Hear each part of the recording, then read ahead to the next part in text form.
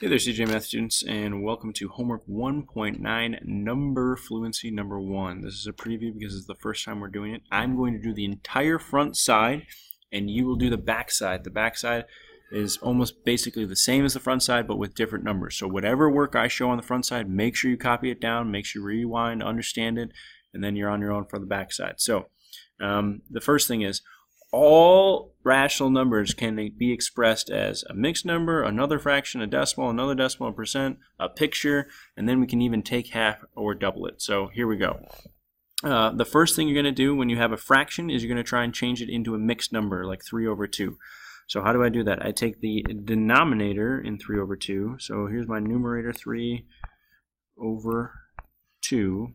And I take the denominator, and I try and divide into the numerator. So just kind of like you do on ST math. So 2 divided into 3. 2 goes in there one time, and then 1 times 2 is 2 with 1 left over. All right? So our mixed number is 1. Got that from right there. There's our whole number because it goes in there one time, and 1 over 2, or 1 1/2.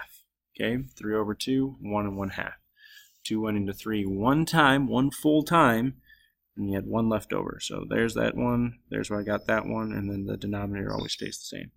So for another fraction, what you can do is you can take the 1 1/2 and just multiply it. So 1 1/2. Give me basically another equivalent fraction that means the same thing. So basically I could just say times 2 times 2, and I could say, all right, that's 1 and 2 over 4. 1 and 2 over 4 is the same thing as 1 1/2, right? It's just a different way to express it, right? It's not fully simplified. So you can multiply by whatever you want, but basically I think multiplying by 2 is the easiest way.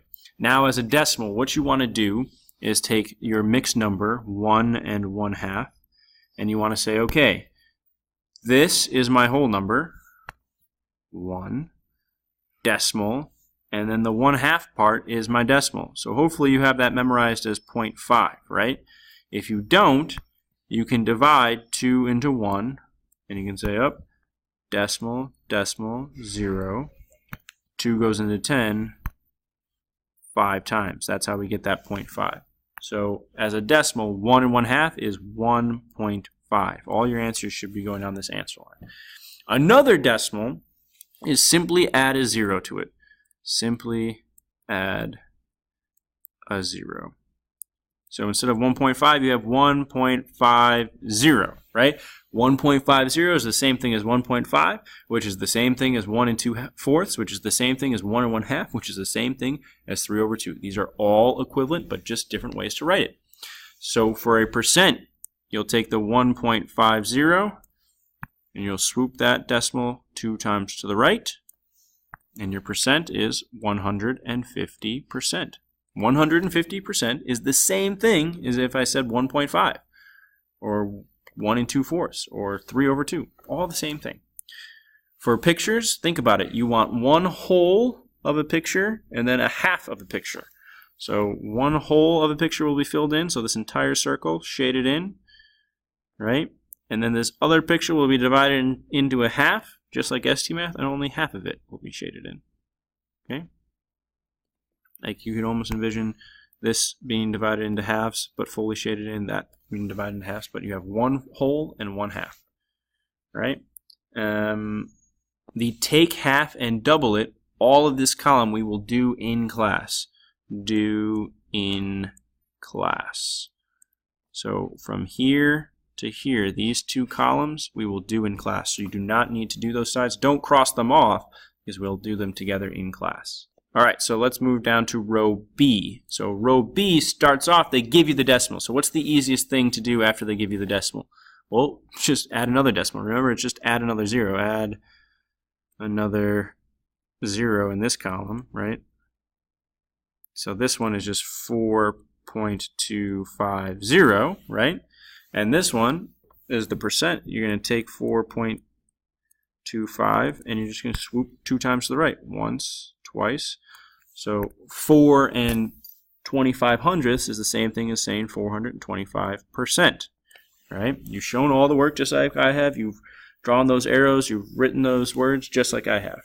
Now this starts to get a little bit tricky because we have to work backwards for the mixed number. So let's go all the way over to the mixed number, 4.25. All right? As a mixed number, well, here's our whole number right there. Boom, 4, right? And our decimal, remember, is 25 over 100. So we just have to simplify this. So we can divide both of them by 25.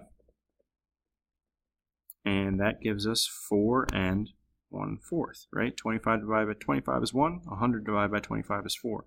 So your answer is 4 and 1/4. Now you can do another fraction, basically just taking 4 and 1/4. And like I said, just multiply this guy by 2. Right? So 4 and 1/4 is the same thing as 4 and 2/8. Right? And now you can also do your improper fraction. Now to do an improper fraction, you take 4 and 1/4, the mixed number. We've done this before. You do 4, the whole number, times the denominator, which is 16, and you add it to the 1. So that gives you 17 over, keep the denominator, 4.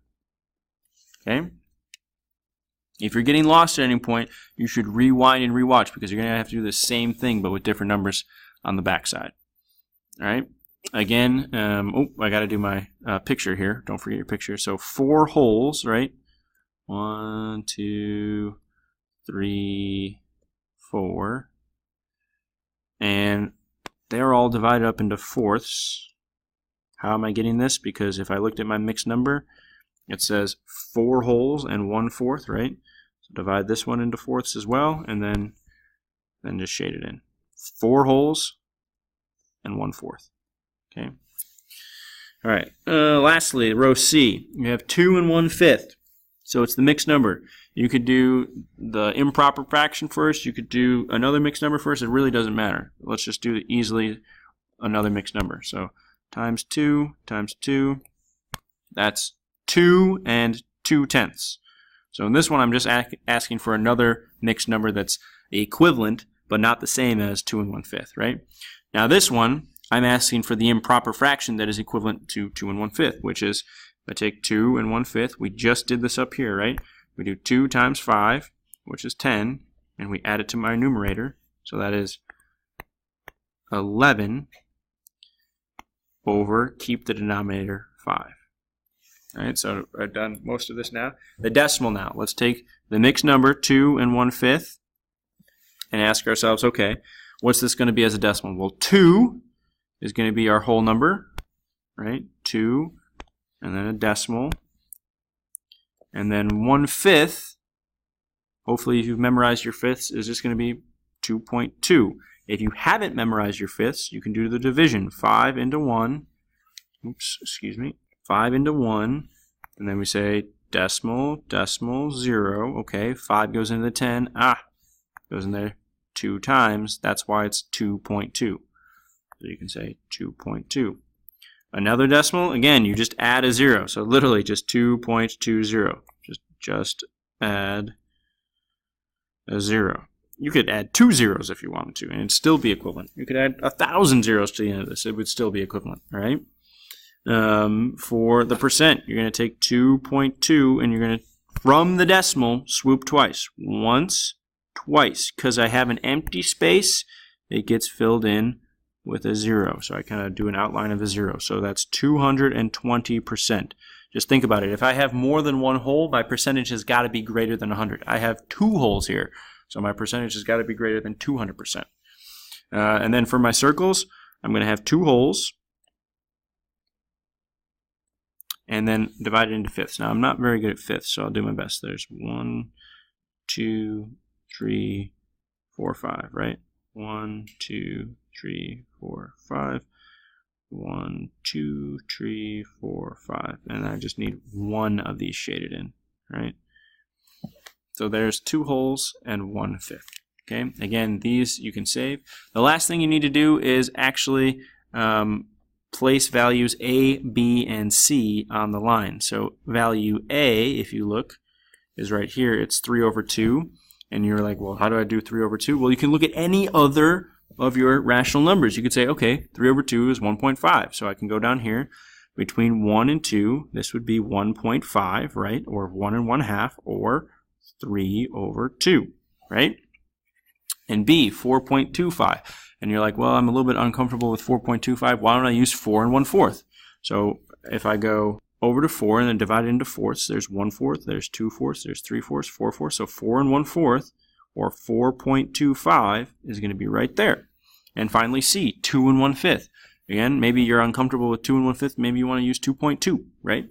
You could say 2 and 1/5 is going to be 2 and 1/5, 2/5, 3/5, 4/5, 5/5. So 2 and 1/5 is right there.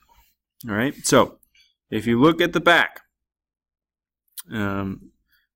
is basically exactly the same as the front. I still do halves in the first row. I still do my fourths in the second row, and I still do my fifths in the third row. So you have to either understand, okay, I know how to do this, or rewind the video and be like, all right, what did he do in that first row again? And watch again. Show all the work, just like I showed all the work.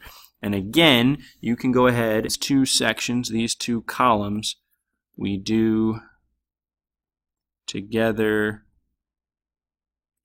in class. Okay, that's it. I know this might be confusing. Don't forget at the very end to put D, E, and F on the number line. And then, of course, as always, call me if you have questions.